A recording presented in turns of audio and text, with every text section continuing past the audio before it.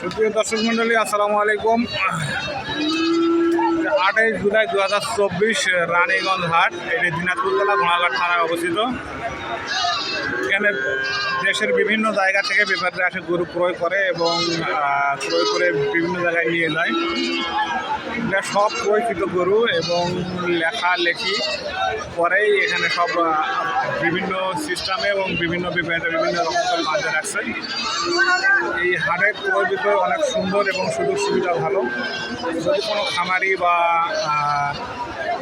ছোট ক্ষুদ্র খামারি গরু কিনতে চান, এই হাটে আসতে পারেন। এই হাট লাগে সোমবার এবং বৃহস্পতিবার, সপ্তাহে 2 দিন।